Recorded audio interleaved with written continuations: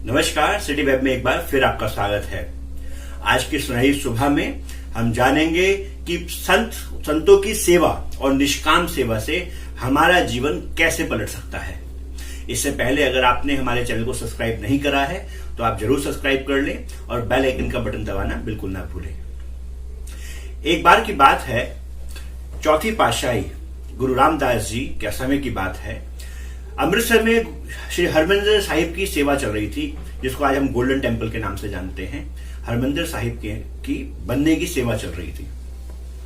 रोज बहुत सारे संगतें वहां पर जाके सेवा किया करती थी और बहुत सारे उनके बीच दिहाड़ी मजदूर भी लगाए जाते थे उन दिनों।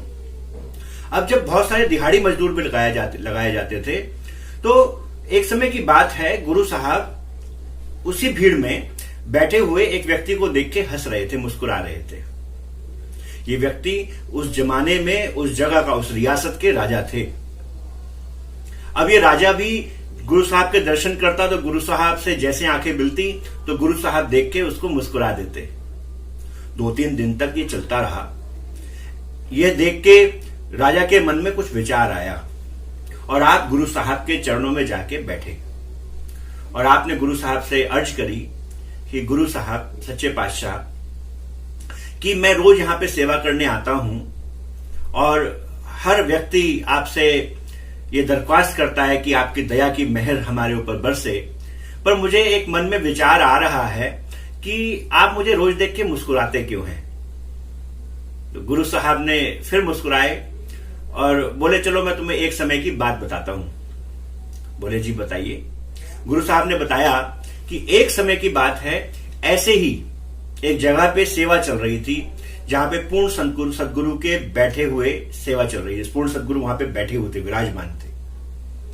अब वहां पर भी कुछ दिहाड़ी मजदूर भी सेवा करते थे, कुछ संगतें भी सेवा करती थी, जैसे यहां पे हो रहा है।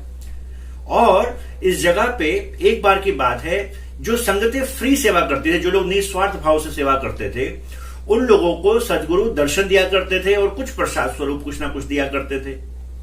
तो एक दिन एक दिहाड़ी मजदूर के मन में, क्योंकि वो और उसका परिवार दिहाड़ी के ऊपर, पैसों के ऊपर सेवा करता था, उनके मन में एक दिन विचार आया, क्यों ना एक दिन हम भी गुरु साहब के चरणों में सेवा करें, इन संत की चरणों में हम सेवा करें। एक दिन अगर हम पैसा नहीं भी लेंगे तो क्या हो जाएगा। इस मजदूर के मन में जब ये विचार आया तो इन्होंने अपने परिवार से इस बात की चर्चा करी। यह बात सुन के पूरा परिवार जो है वो तैयार हो गया। पूरे परिवार ने बोला कि कल हम पूरा दिन व्रत रखेंगे, पूरा दिन हम नहीं खाएंगे, क्योंकि उन दिनों वो परिवार इतना गरीब था कि रोज वो लोग पैसा इकट्ठा करते थे, रोज भोजन किया करते थे। बोले, एक दिन अगर भूखे रह भी जाएंगे तो क्या, इतनी दुनिया हमारे सामने, हमारी नजरों के सामने आके फ्री में सेवा करती है। अगर एक दिन हम भी फ्री में सेवा कर लेंगे तो कम से कम परमात्मा के दृष्टि में कम से कम हमारी हाजिरी तो कुर्बान होगी। यह सोच के उस मजदूर ने अगले दिन सेवा करी, अपने परिवार के संग सेवा करी और वहां पे शाम को गुरु साहब के दर्शन करे, जैसे बाकी संगतें किया करती थी। अब ये कह के गुरु साहब, चौथे पातशाही गुरु रामदास जी, चुप हो गए। जब आप चुप हो गए तो राजा के मन में बहुत ज्यादा जिज्ञासा उठी कि भाई गुरु साहब चुप क्यों हो गए। तो गुरु साहब के आगे फिर से दरख्वास्त करी कि गुरु साहब आप चुप क्यों हो गए, आप बताइए तो सही कि फिर क्या हुआ। तो गुरु साहब बोले, छोड़िए। तो राजा ने बोला, फिर भी बोला कि गुरु साहब आप कुछ सोच समझ के ही मुझे आगे नहीं बता रहे होंगे, पर फिर भी मेरी जिज्ञासा तो है जानने की। गुरु साहब ने कहा कि राजन, कुछ आपको मालूम है कि वो जो मजदूर था वो आप थे। ये आपका पिछला जन्म है कि आपके पिछले जन्म में आपने अपने परिवार संग मिलके एक दिन की सेवा करी थी। उस एक दिन की सेवा का आपको यह फल मिला कि आपको अगला जन्म, ये जन्म जो है, इस रियासत के राजा के रूप में मिला है। देखिए, यह होती है संतों की करुणा।